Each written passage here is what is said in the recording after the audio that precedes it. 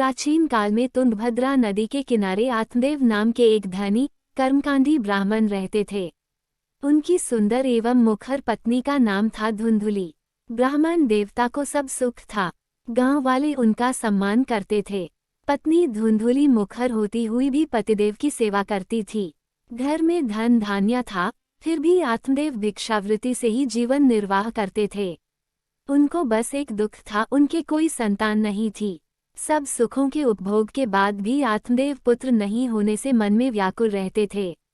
कभी कभी मन ही मन विचार करते, मेरा सूना आंगन क्या हमेशा ही इसी तरह सूना रहेगा। यहाँ बच्चे के ठुमक ठुमक कर चलने का, गिरने का, मिट्टी खाने का, छोटे छोटे पैरों से भागते समय पैजनियां की मीठी आवाज सुनने का सुख मेरे भाग्य में नहीं लिखा है। आत्मदेव दुखी मन से एक दिन घर से निकले और चलते चलते वन में जा पहुंचे। भूख प्यास और थकान से वे बेहाल हो रहे थे। एक जलाशय के पास आत्मदेव गिर गए और रोने लगे। इसी समय उधर से एक तेजस्वी सन्यासी निकल रहे थे। उन्होंने देखा कि कोई दुखी मनुष्य जमीन पर पड़ा विलाप कर रहा है, तो आत्मदेव के पास चले आए। बोले, आपके गले में जनेऊ तथा मस्तक पर त्रिपुंड देखकर मुझे लगता है कि आप ब्राह्मण हैं। पंडित, आप विलाप क्यों कर रहे हैं? आत्मदेव ने रोते रोते ही सन्यासी को नमन किया। कहा, सन्यासी महाराज, मैं बहुत दुखी हूँ। पूर्व जन्मों के पापों के कारण मेरे कोई संतान नहीं है। पुत्रहीन हूँ मैं। इतना पापी हूँ कि मेरे घर की गया को भी बछड़ा नहीं होता। मेरे यहाँ के वृक्षों तक पर फूल फल नहीं लगते, इसलिए मैं अभागा जंगल में चला आया हूँ। सन्यासी महाराज, आप मेरे पापों के नाश का उपाय बताएं तथा मुझे संतान का आशीर्वाद दें। मेरा पुत्रहीन जीवन व्यर्थ है। ये कहते हुए दुखी आत्मदेव ने सन्यासी के पैर पकड़ लिए। सन्यासी ने आत्मदेव की ओर देखा और कुछ विचार कर कहा, ब्राह्मण, तुम्हारे भाग्य में संतान है ही नहीं, तुम संसार से निरासक्त होकर ईश्वर भक्ति में मन लगाओ। आत्मदेव ने दुख भरी वाणी में कहा, सुख का भोग किए बिना तो विरक्ति एवं संन्यास भी व्यर्थ से हैं, महाराज। सन्यासी को ब्राह्मण पर दया आई। उन्होंने अपने तेजबल से हाथ में एक फल प्राप्त किया और आत्मदेव की ओर देखते हुए कहा, पंडित, ये फल लो। घर जाकर इसे अपनी पत्नी को खिला देना। अपनी धर्मपत्नी से कहना कि वह अच्छे विचारों के साथ नियम से अपने तन मन को शुद्ध एवं पवित्र रखे। आपके यहाँ निश्चय ही संतान होगी। ये कहकर सन्यासी महाराज ओम कहते हुए वहां से रवाना हो गए। आत्मदेव भी प्रसन्न होकर घर की ओर चल दिए। घर पहुंचकर आत्मदेव ने अपनी सुंदर पत्नी धुंधुली को वह फल दिया और कहा, एक महात्मा ने प्रसाद दिया है, तुम इसे ग्रहण करो। महात्मा के आशीर्वाद से तुम अवश्य ही पुत्र को जन्म दोगी। धुंधुली ने फल लेकर रख लिया। आत्मदेव भिक्षा हेतु निकल गए। धुंधुली विचार करने लगी कि यह फल खाने से यदि मैं सचमुच गर्भवती हो गई तो मेरा ये सुंदर शरीर बेढंगा दिखेगा। प्रसव वेदना भी मेरे जैसी कोमल सुंदरी नहीं सह सकेगी। फिर बच्चे का मल मूत्र साफ करना और दिन भर उसकी सार संभाल में लगे रहना होगा। मेरे यौवन के सुख के दिन व्यर्थ जाएंगे। मुझे संतान उत्पत्ति के लिए ये कष्ट नहीं सहने हैं। धुंधुली की एक बहन थी। संयोग से वह उसी दिन उसके घर आई। धुंधुली ने उसे महात्मा के फल की कथा सुनाई, साथ ही अपने मन की बात भी कही।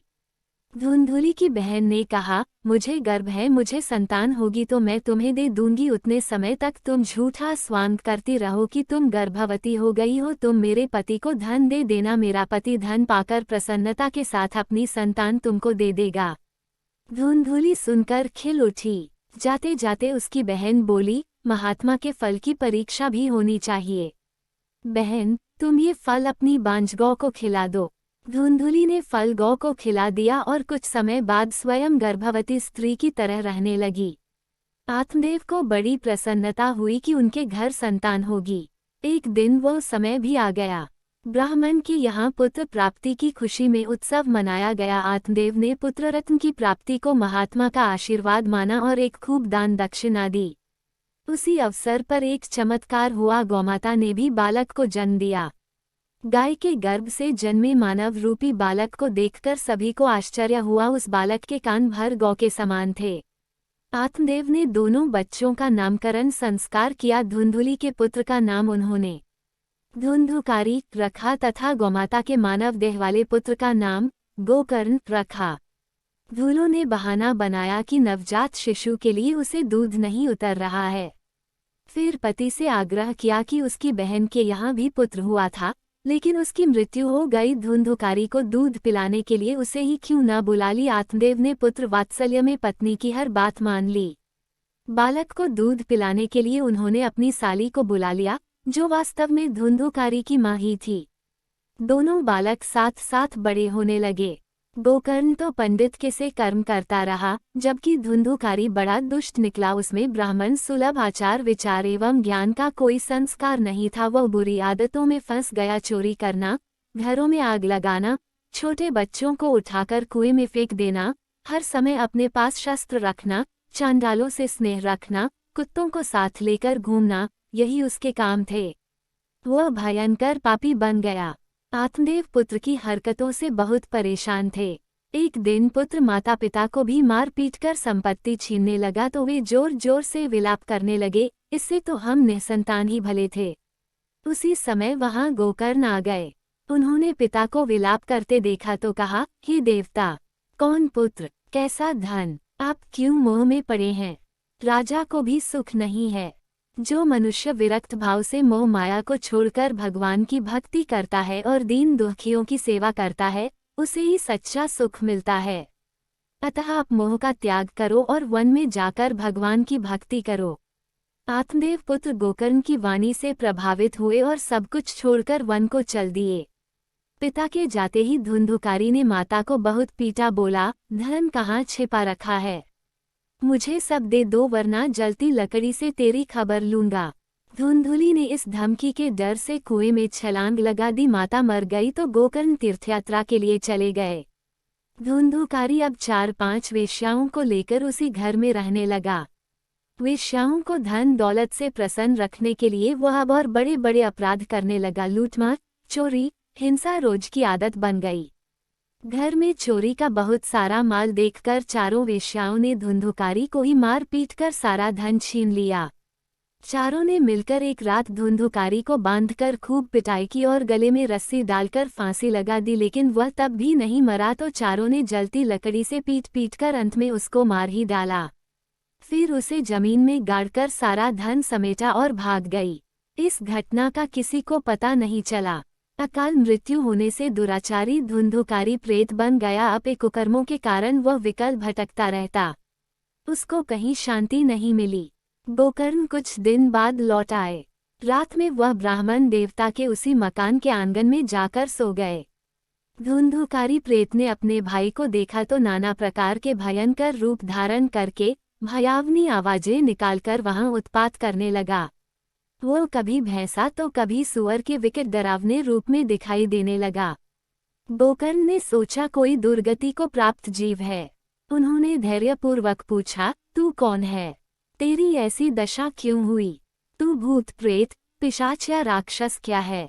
तब धुंधुकारी रोने लगा। वाणी न होने के कारण वह संकेत से समझाने लगा। गोकर्ण ने हाथ में गंगाजल लेकर मंत्र पढ़ते हुए उस प्रेतात्मा पर छिड़क दिया। उसके पापों का कुछ शमन हुआ। वह बोला, मैं तुम्हारा भाई हूँ। अपने दुर्गुणों से मैंने स्वयं अपना मनुष्य जीवन नष्ट कर लिया। भाई, मैंने बहुत पाप किए हैं, अब मुझे इनसे मुक्ति दिला दो। गोकर्ण ने कहा, मैंने तो गयाजी में तुम्हारा आधा किया, फिर भी तुमको मुक्ति नहीं मिली। प्रेत ने कहा, सैकड़ों बार गया श्राद्ध करने से भी मुझे मुक्ति नहीं मिलेगी, क्योंकि मैंने घोर पाप किए हैं। ये कहकर प्रेत रोने लगा और बार बार कहने लगा, कोई उपाय करो व मुझे मुक्ति का मार्ग दिखाओ। गोकर्ण ने कहा, मैं अवश्य ही तुम्हारी मुक्ति का उपाय करूंगा। गोकर्ण ने सवेरे नगरवासियों को रात की घटना सुनाई। विद्वानों पंडितों ने अनेक शास्त्रों को देखा, लेकिन कोई उपाय नहीं सूझा। गोकर्ण ने सोचा, सूर्य भगवान सारे विश्व की परिक्रमा करते रहते हैं, इसका मार्ग वही बता सकेंगे। गोकर्ण ने अपने तपोबल से सूर्य भगवान के रथ को रोक दिया और नमस्कार करके भाई की मुक्ति का उपाय पूछा। सूर्य भगवान ने कहा, श्रीमद् भागवत से महान पापी की भी मुक्ति हो सकती है। श्रीमद् भागवत का सप्ताह पारायण करो। दूर से ही यह कहकर सूर्य भगवान अपनी परिक्रमा पर चल पड़े। सूर्य भगवान की वाणी सभी ने सुनी। पंडितों ने गोकर्ण से ही कहा, आप ही श्रीमद् भागवत की कथा सुनाएं। गोकर्ण तैयार हो गए। कथा सुनने के लिए आसपास के गांवों एवं नगरों से हजारों लोग आए। लूले, लंगड़े व अपंग भी आए। गोकर्ण कथा कहने के लिए व्यासपीठासन पर बैठे उसी समय धुंधुकारी का प्रेत भी वहां आया और इधर उधर स्थान एक ढूंढने लगा। वहीं लगे एक 7 गांठ वाले बांस पर उसकी दृष्टि पड़ी। वो उसी बांस के छिद्र में घुसकर बैठ गया। गोकर्ण ने एक वैष्णव ब्राह्मण को प्रमुख श्रोता बनाया और प्रथम स्कंद से भागवत कथा सुनानी प्रारंभ कर दी। सायंकाल में जब पहले दिन की कथा को विश्राम दिया गया तो एक बड़ी विचित्र बात हुई। जिस बांस में प्रेत बैठा था उसकी एक गांठ तड़ाक की आवाज के साथ फट पड़ी। इसी प्रकार 7 दिन एक एक करके 7 गांठें फटी। 12 स्कंद पूर्ण हुए। तब धुंधुकारी प्रयोनि से मुक्त हो गया। सुंदर वस्त्र अलंकारों से सुशोभित धुंधुकारी गोकर्ण के सम्मुख प्रकट हुआ। उसने नतमस्तक होकर उन्हें प्रणाम किया और कहा, आपने मुझे प्रयोनि से मुक्ति दिला दी। हे भाई, आप धन्य हैं। धुंधुकारी को देवलोक प्राप्त हुआ।